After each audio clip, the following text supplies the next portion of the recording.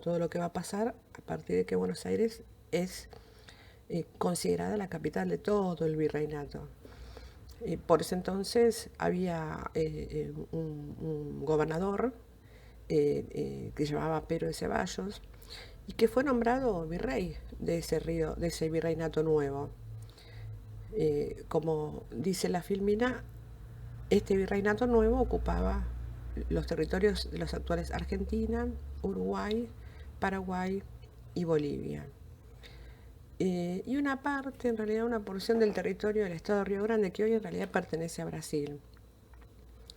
Imagínense la cantidad de población que va a crecer a medida que además Buenos Aires se va a transformar en capital. Así que por la ubicación estratégica, tendremos que tener un mapa por aquí cerquita, por la ubicación estratégica que tiene Buenos Aires, bueno, la importancia que va a tener y cómo se va a ir consolidando cada vez de manera más fuerte como una estructura urbana y cómo se va a transformar esta ciudad en un importante, muy importante centro comercial. Esto quiere decir que comenzaba a haber sectores que iban a tener intereses que ya no existían, pero en todo caso más visibles, más claros, se van a ir organizando y se van a ir perfilando ya con posiciones ideológicas en relación a estos intereses comerciales que van a tener entre las colonias y las metrópolis.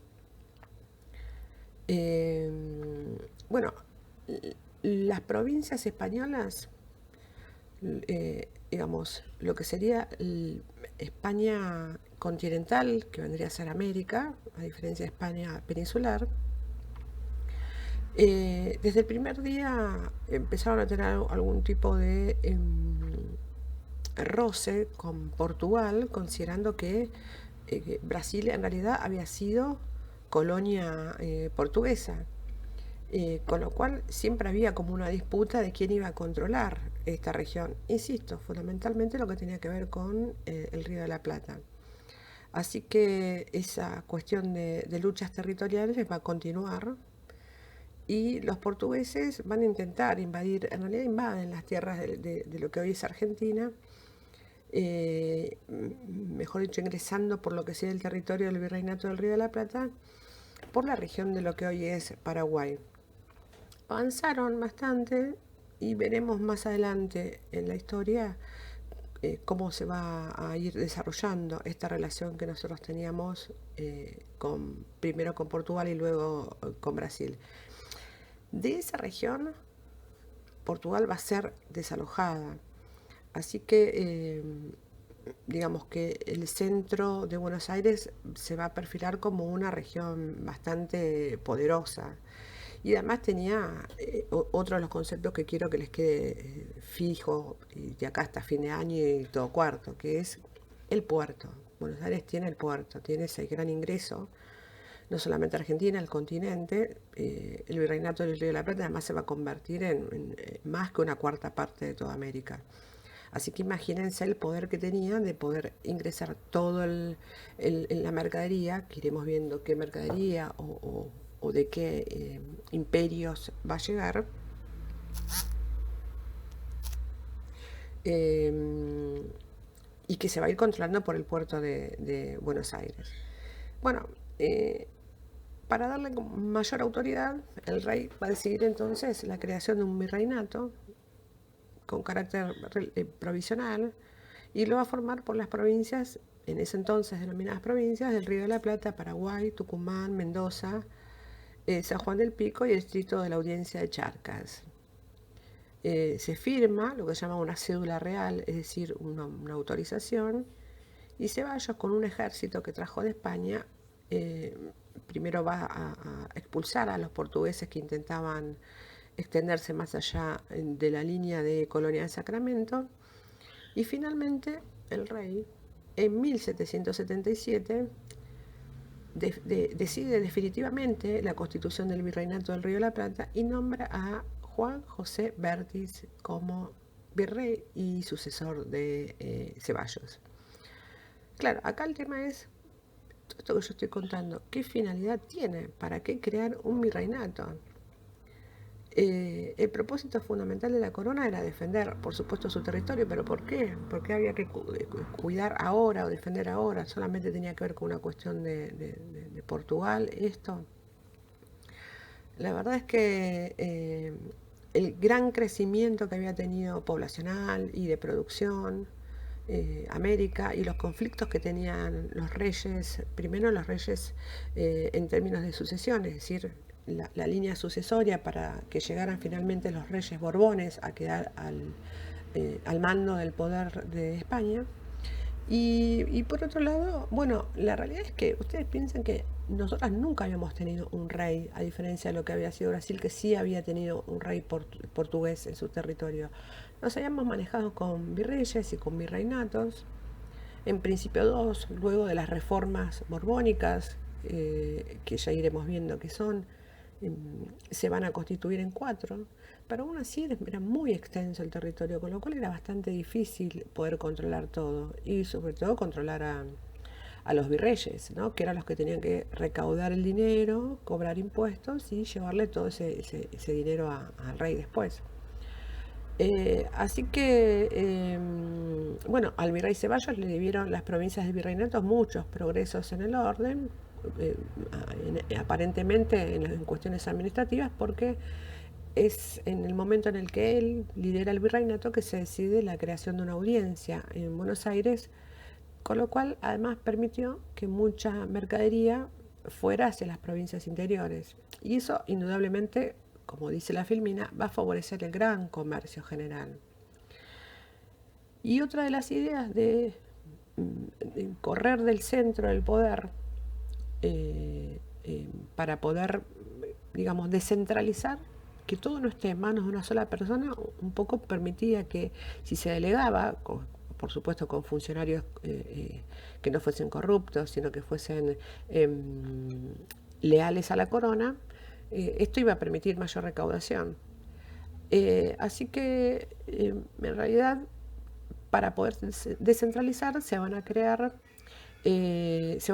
intendencias en lugar de gobernaciones, bueno, que en realidad se van a ir manteniendo algunas de ellas. 8 intendencias. Y Buenos Aires comprendía el obispado del mismo nombre, ¿sí? El obispado de Buenos Aires. Bien, a ver, esto de las gobernaciones y las intendencias son como divisiones políticas, como si fuesen municipios, como hoy podrían ser barrios, municipios, provincias, que permitían que poniendo como representantes de la corona se pudiera controlar mejor.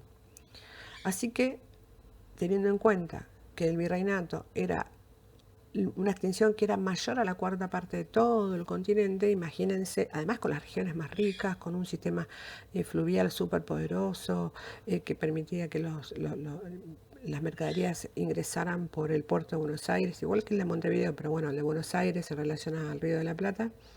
Esto va a hacer que Buenos Aires, como dice la Filmina, se transforme verdaderamente en una ciudad con mucha concentración de poder. Insisto con esto para que lo tengan en cuenta y sobre todo porque va a manejar a partir de ahora el ingreso de la mercadería. Un poco, yo creo que esto va si no lo condiciona, eh, va a ir marcando un poco el perfil de lo que va a ser Buenos Aires, el poder hegemónico de Buenos Aires en todo el siglo XIX y en realidad diríamos hasta la actualidad.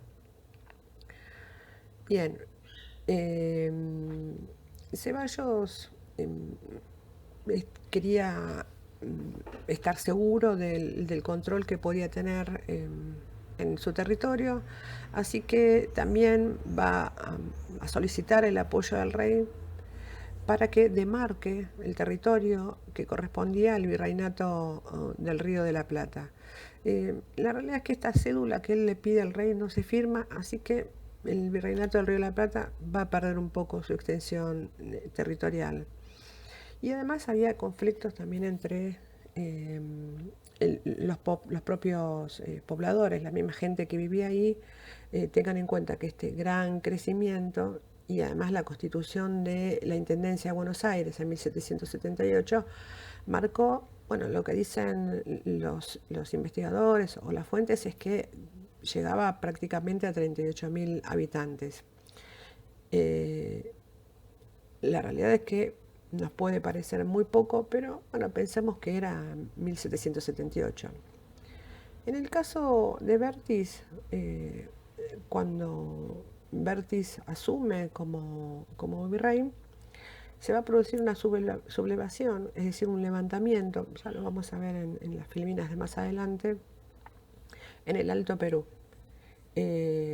encabezado por Tupac Amaru, quien fue, digamos, liderando un levantamiento de todos los indios de esa región y que lamentablemente va a terminar vencido y sufriendo un castigo horrible, que va a ser el que los jueces le condenen a presenciar el suplicio, el ruego de toda su familia, y después de cortarle la lengua fue, bueno,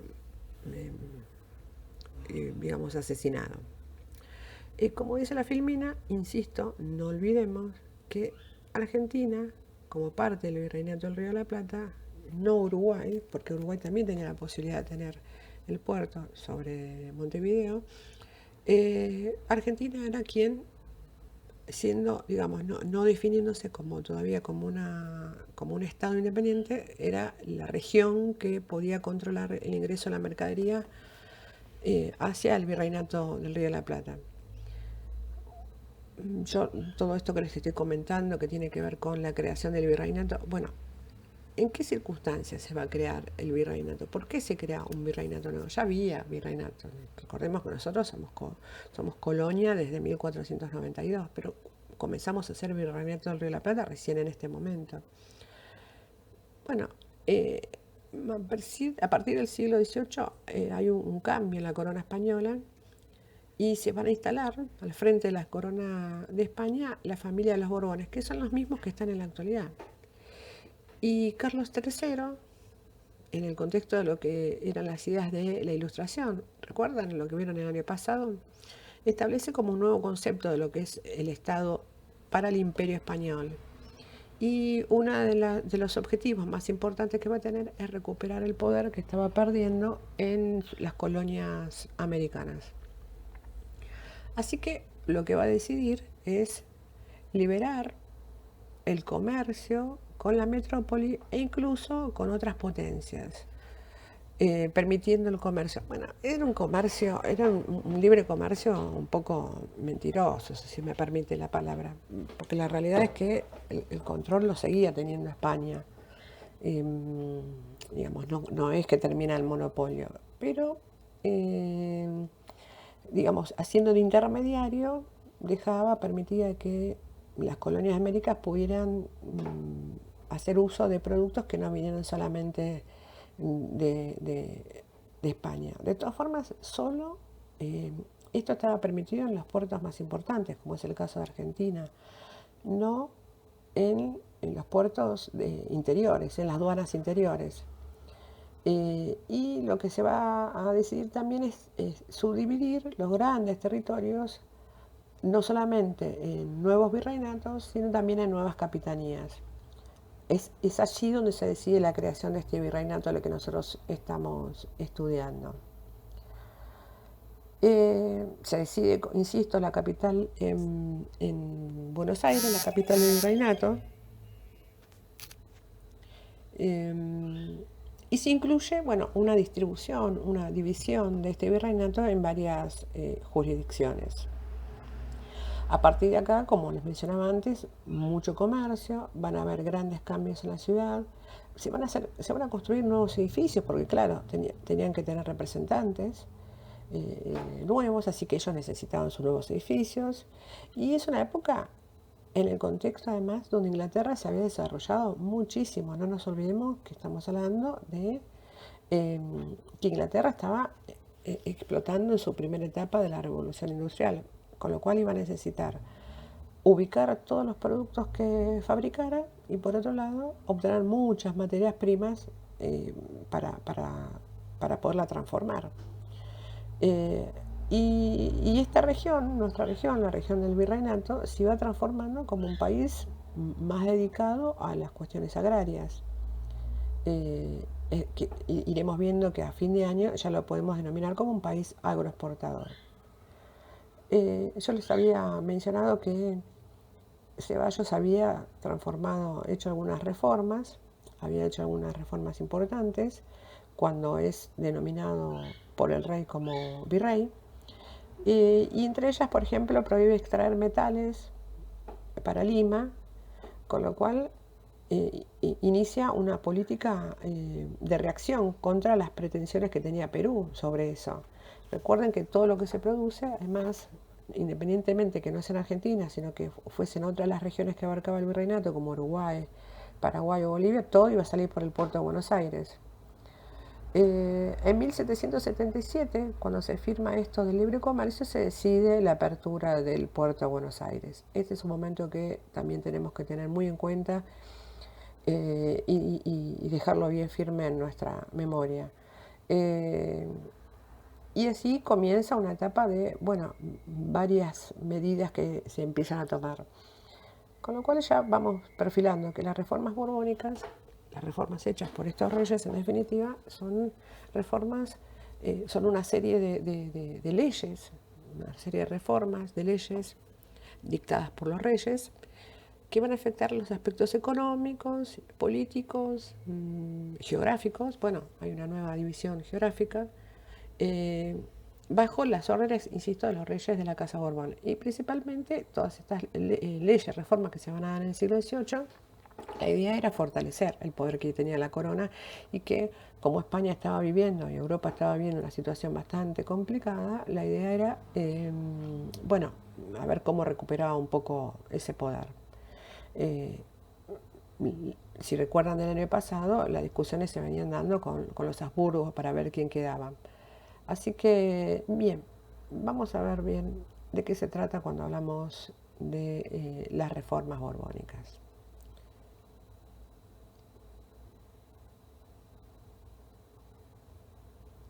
Bueno, las reformas se van a dar durante el siglo XVIII. En América, en nuestro caso, con la creación de dos virreinatos nuevos. El que nosotros nos vamos a centrar es en la creación del virreinato del Río de la Plata. Son una serie de cambios en la administración aplicada por los miembros de esta nueva monarquía, de la monarquía borbónica, que buscan cambiar la situación interna de la península, es decir, de España, y las relaciones que tenían con todas sus colonias ultramarinas. Esto, en el pensamiento que tenían los Borbones, iba a ser un Estado más fuerte, iba a poder fortalecer la dirección del poder español. Bueno, las reformas borbónicas consistieron entonces en una serie de cambios que van a ser producidos por estos reyes, que van a afectar los aspectos económicos, políticos y administrativos, como les dije, las cuales serán aplicadas en nuestro territorio. Y las reformas fueron llevadas adelante por Felipe V, luego por Fernando VI y finalmente por Carlos III. ¿Cuáles fueron esas principales? Bueno, en el plano militar se decidió crear una fuerte armada para no depender de otras potencias.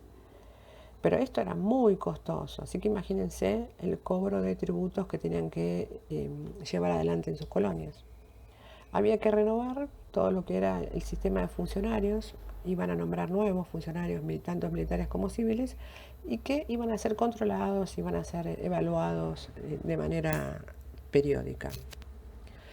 Y se decide, bueno, qué sueldo, qué montos fijos se les iba a dar a cada uno de ellos. La figura del intendente que vimos en la primera filmina de las intendencias era muy importante, era clave, porque representaba el poder de la monarquía en toda América, y eso iba a mejorar supuestamente el control que iba a tener la recaudación de los impuestos para los reyes.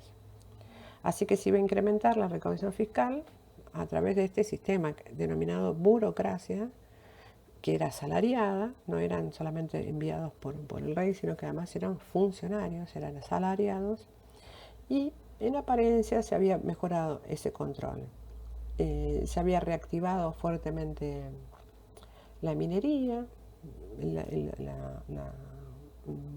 a ver, convengamos que la minería de la plata, esto fue el fuerte de la extracción, había pasado a unos siglos atrás, pero bueno, la reactivación de la minería de la plata va a continuar. Y un dato que hay que tener bien en cuenta es el de el poder de la iglesia, porque el poder de la iglesia era importante y para los reyes eso a veces les servía y otras veces sentían que los perjudicaban un poco. Así que se decide que todas las cuestiones de la iglesia, es decir, todos los asuntos eclesiásticos, a partir de ahora quedarán bajo estricto control de las órdenes del rey. Y se eliminaron algunos derechos, algunas licencias, por llamarlo de alguna manera, que se tomaban los clericales. Y se refuerza el control que va a tener el diezmo sobre esto. Otra de las situaciones que se van a vivir va a ser la expulsión de las órdenes de los jesuitas, que eso lo va a ordenar Carlos III, y era una manera de mostrar la imposición que tenía la corona por sobre la iglesia. Bien, entonces, ¿quién lo crea? Los reyes borbónicos. ¿Para qué? Bueno, para controlar la crisis económica que estaban viviendo en su propio territorio, frenar el poder de la iglesia, poniendo más funcionarios, iba a haber un mejor control, con lo cual se iba a reducir la corrupción, así la corona iba a tener más recursos para poder explotar. Se van a acentuar las prohibiciones que tenían para los criollos de tener tanto poder en cargos políticos. Se profesionaliza un ejército. Recordemos que se divide a Nueva España en intendencias y un poco se va a controlar el poder, tanto el poder que tenía el virrey hasta ese momento. Así que estas reformas, en definitiva, son una necesidad de liberar el comercio, de abrir nuevos puertos, en el caso nuestro de Buenos Aires, y se buscaba impulsar la extracción del recurso mineral, y se pone un tribunal que va a controlar la explotación minera.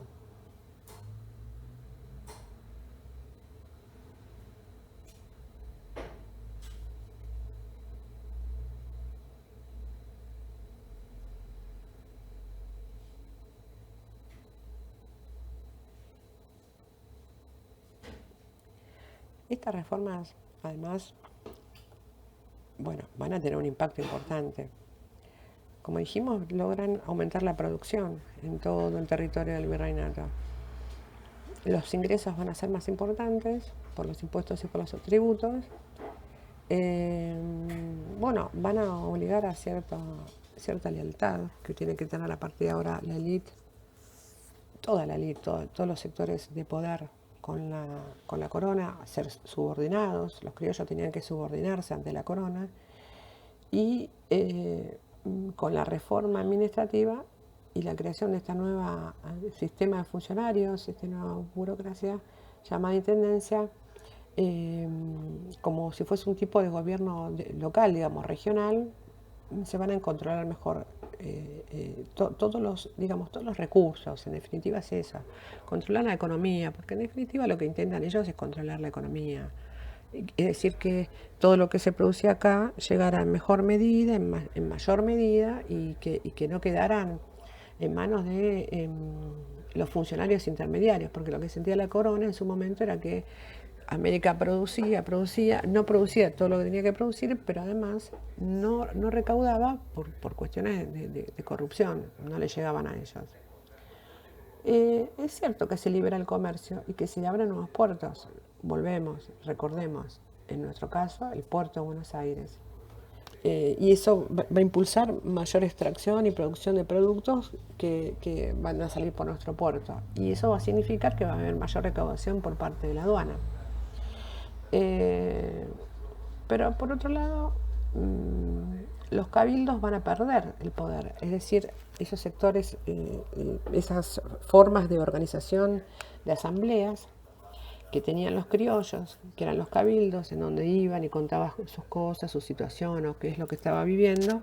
Bueno, eso se pierde y va a ser reemplazado en todos los cargos por españoles. Se van a crear más impuestos, cosa que para la corona era bueno, pero la realidad es que para los criollos era muy complicado. Recordemos que les dije que queda por explicar por qué se produjo la rebelión de Tupac Amaru. Y eso, bueno, va a traer muchas complicaciones, tanta cantidad de impuestos, porque ellos querían recaudar, recaudar, recaudar, sobre todo porque habían creado espacios que también eran muy costosos, como por ejemplo la de los militares. Eh, Bien, hasta acá los libero unos minutos para que copien todo y los encuentro en unos minutitos más.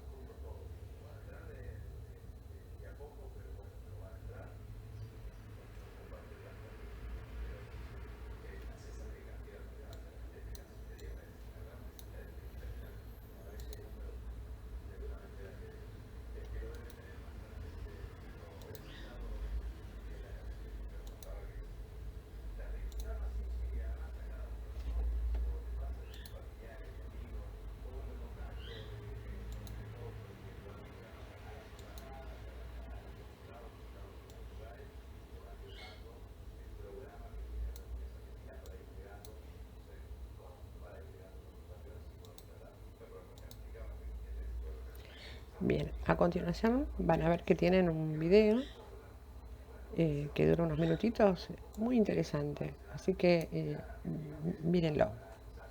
Recuerden que tienen la posibilidad de hacer preguntas, que tienen habilitado la opción de comentarios, ¿sí?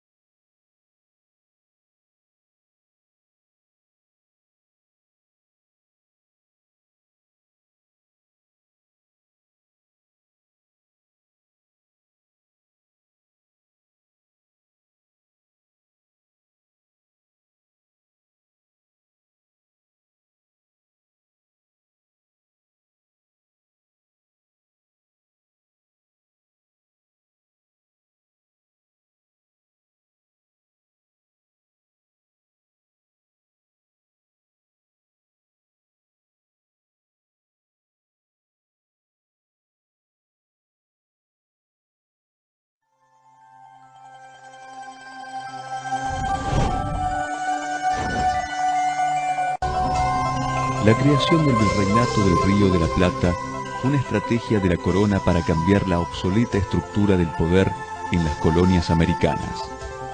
Varias ciudades reunían atributos para ser su capital.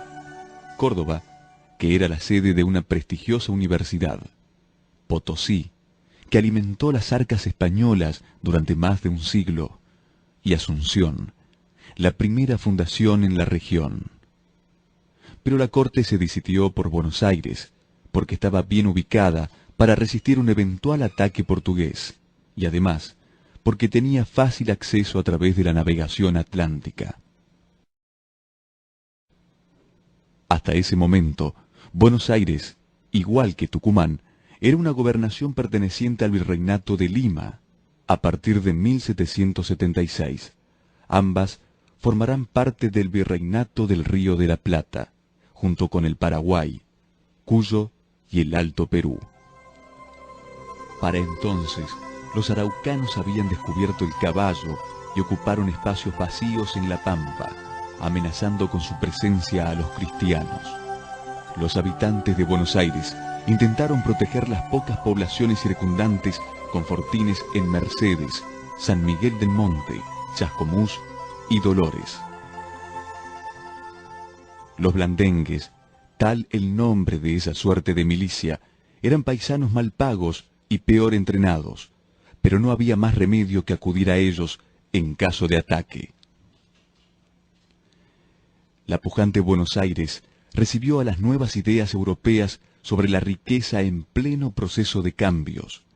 Para los porteños, el valor de la aristocracia y de un apellido ya no significaban nada, y el progreso era reconocido por la sociedad. Progreso que, entre otras causas, se sostenía en el acelerado crecimiento del mercado del cuero, industria esta cada vez más sofisticada y que ya trabajaba con productos secundarios como las astas y las pezuñas. En materia económica se instauró un severo régimen fiscal que fue muy resistido. Hasta aquel momento, los Austrias solo exigían el 20% de la producción de oro y plata, pero los Borbones evaluaban no solo los metales, sino la actividad económica y los bienes en general. En el interior del virreinato sobresalía la obra social, económica y cultural de la Compañía de Jesús. Los religiosos tenían una fuerte presencia en el territorio de Paraguay, Misiones, Corrientes y los litorales brasileño y uruguayo. Trabajaban con 70 pueblos guaraníes, a quienes rescataron de la trashumancia, le enseñaron oficios, unificaron su lengua y llegaron a convertirlos en autores de expresiones culturales de importancia. Era como si a mediados del siglo XVIII los jesuitas se hubieran dicho: en Europa ya no tenemos nada que hacer. Busquemos un lugar donde ensayar una civilización sin espíritu de lucro, donde se viva como hermanos. La penetración y adhesión lograda por los religiosos resultó amenazante para la corona. El marco político y filosófico borbónico era el absolutismo que, entre otras cosas, sostenía que nada dentro del Estado podía tener un fin que no fuera el de la corona. Definitivamente, había que acabar con los jesuitas. Uno de los problemas que los jesuitas presentaban a la corona era su poder político y su potencial militar, puesto que muchos indios estaban en condiciones apropiadas para formar un ejército importante. Tal vez por ello, Carlos III ordenó a las autoridades de todas las colonias españolas que en un día determinado se detenga a los jesuitas en cada jurisdicción y se redacte un inventario de sus bienes. La orden se cumplió a mediados de 1767 y a partir de allí, y por casi un siglo, los jesuitas desaparecieron del actual territorio argentino. El virreinato del Río de la Plata había surgido como un territorio comparable al de los Estados Unidos, con salida al Atlántico y al Pacífico. Pero los elementos que lo formaban eran tan heterogéneos que cuando Argentina se independizó surgieron en un irreprimible estallido de naciones, Bolivia, el Paraguay y el Uruguay. Socialmente, cada región tenía su estilo. Mientras en Buenos Aires las personas eran reconocidas por el éxito en sus emprendimientos, en el interior se mantenían los prejuicios de la aristocracia. El advenimiento del criollo como una clase social nueva fue un valor de presión importante en el virreinato.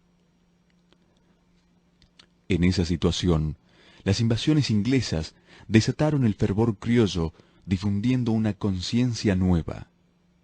Buenos Aires tuvo la oportunidad de reafirmar su liderazgo sobre el interior.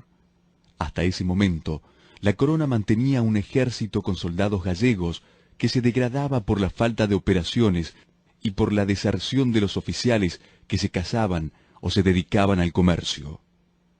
Además, el virrey Sobremonte intentó salvar el tesoro real y quedó como un cobarde ante los porteños. La ciudad, que cayó en poder de los ingleses, consiguió organizar la resistencia y finalmente echar a los invasores. El pueblo organizó la resistencia por sus propios medios y enfrentó a los soldados que habían peleado contra Napoleón. Fue una hazaña que trajo prestigio a los porteños en toda América. Ese era el panorama en vísperas de la Revolución de Mayo.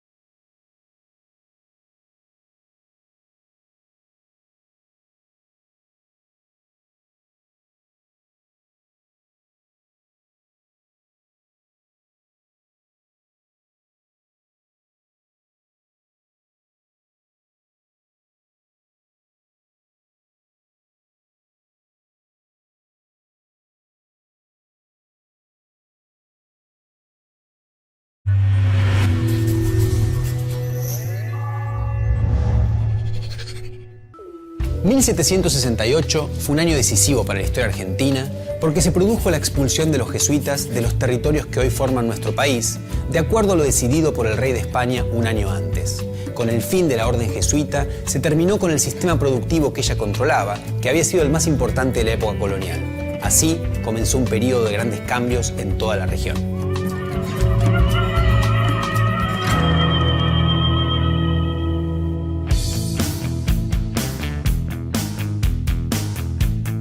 La dinastía de los Habsburgo, desde inicio del siglo XVI, había establecido en América un sistema colonial que se asentaba en variadas instituciones.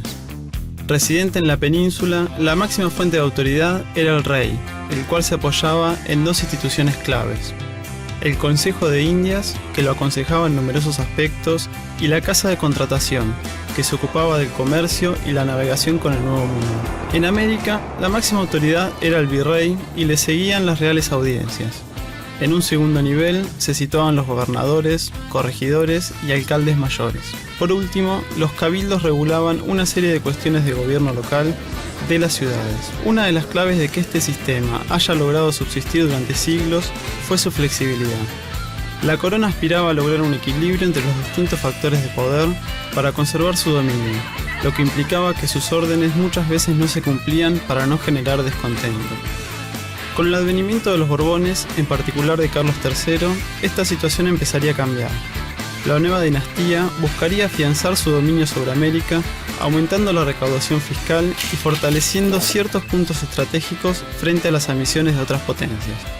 Estos objetivos implicaban combatir el contrabando, nombrar exclusivamente a peninsulares en los cargos burocráticos y crear nuevas unidades administrativas a lo largo y ancho del imperio. La flexibilidad de antaño dio lugar a una imposición más estricta de las órdenes reales.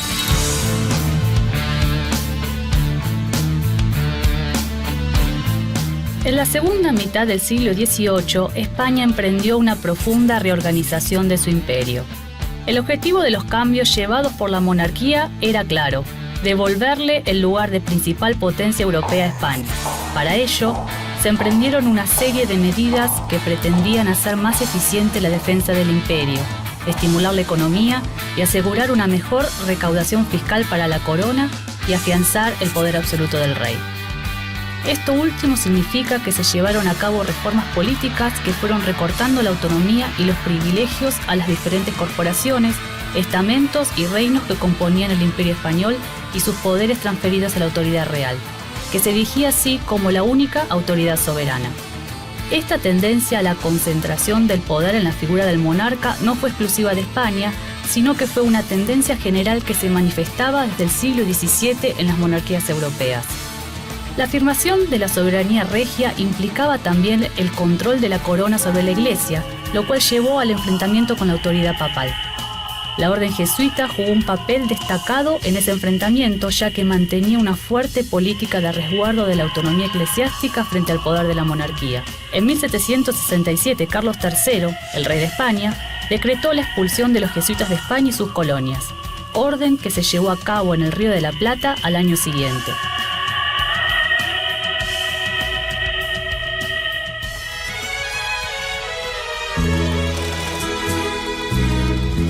Durante todo el siglo XVIII, los testamentos, los inventarios, los documentos relacionados con las dotes y, en definitiva, cualquier otro papel oficial en donde constara una enumeración de los bienes de una persona, detallaban en un gran porcentaje objetos relacionados con la indumentaria y con el vestir.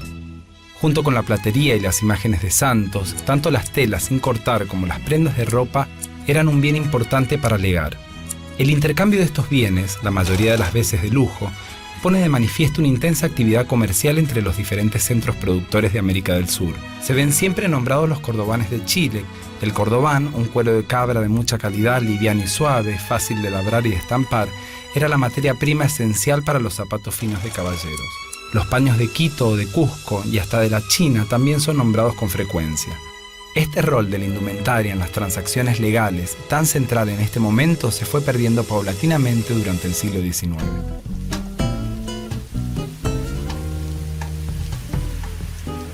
Los indígenas que vivían en las misiones jesuíticas trabajaban 3 días por semana en las tierras comunales cultivando distintos productos, entre los que predominaba la yerba mate.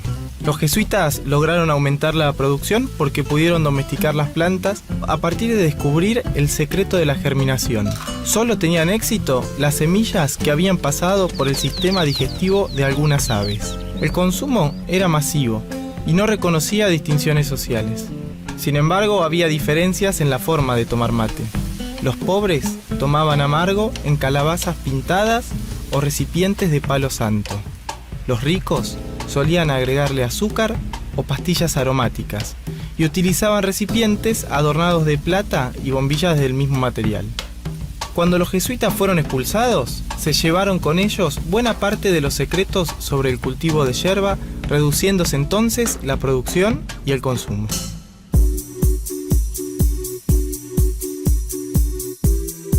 En el marco de las reformas borbónicas, la corona española encara una serie de medidas tendientes a concentrar en sus manos el control político y económico de las colonias y lograr que éstas generen recursos para sostenerse, dando así mayor margen para que la metrópoli obtenga beneficios fiscales.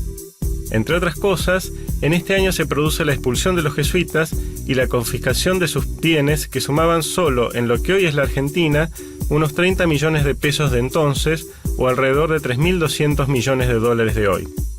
Las propiedades incluían grandes inmuebles urbanos, estancias, conventos, chacras, bodegas, telares y varios cientos de esclavos. Con esas medidas, el sistema comunal comenzó a desintegrarse, se desorganizó la economía a causa de los manejos de los ineficientes y corruptos administradores gubernamentales y la población descendió por la huida de los indígenas hacia las tierras del sur a fin de emplearse en ellas como artesanos o peones o comenzar allí explotaciones agrícolas propias.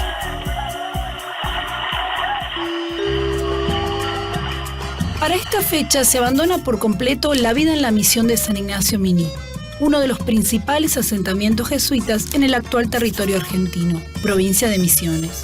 Hacia mediados del siglo XVIII, San Ignacio Miní contaba con más de 3.000 habitantes, nativos guaraníes y una rica e intensa actividad artesanal y cultural. La vida en la misión se organizaba en torno a una plaza, alrededor de la cual se ubicaba la iglesia, el colegio o residencia de los padres jesuitas, el cementerio, las viviendas de los aborígenes y el cabildo. Era una construcción mixta, de piedra en el exterior y de madera en el interior, y poseía importante decoración esculpida sobre la piedra de asperón rojo que es típica de la región misionera. De esta todavía quedan ricos testimonios como figuras de ángeles, palomas y motivos de la flora local que no responden estrictamente a los estilos europeos y por lo tanto se han denominado barroco guaraní.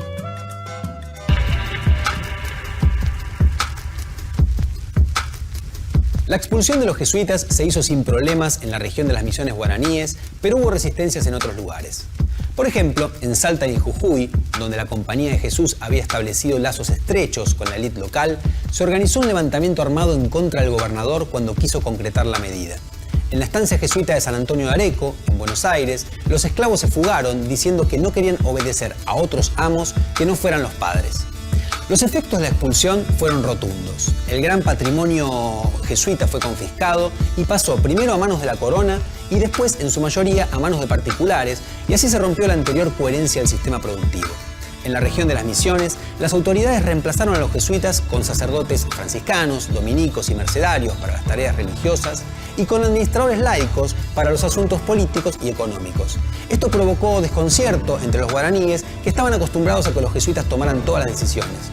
El sistema se volvió más opresivo aún que con los jesuitas y se acentuó la tendencia a que los indígenas abandonaran las misiones y se fueran hacia el sur, a la Banda Oriental, a Entre Ríos o a Buenos Aires, que estaban en un franco crecimiento económico, y así, con la expulsión de los jesuitas, se empezó una fuerte decadencia de los pueblos guaraníes. Por todo esto, 1768 fue un año decisivo. Por un lado, se puso fin al que había sido el principal sistema productivo en las tierras argentinas en el período colonial y a la vez terminó la importante experiencia de las misiones jesuitas en tierras guaraníes.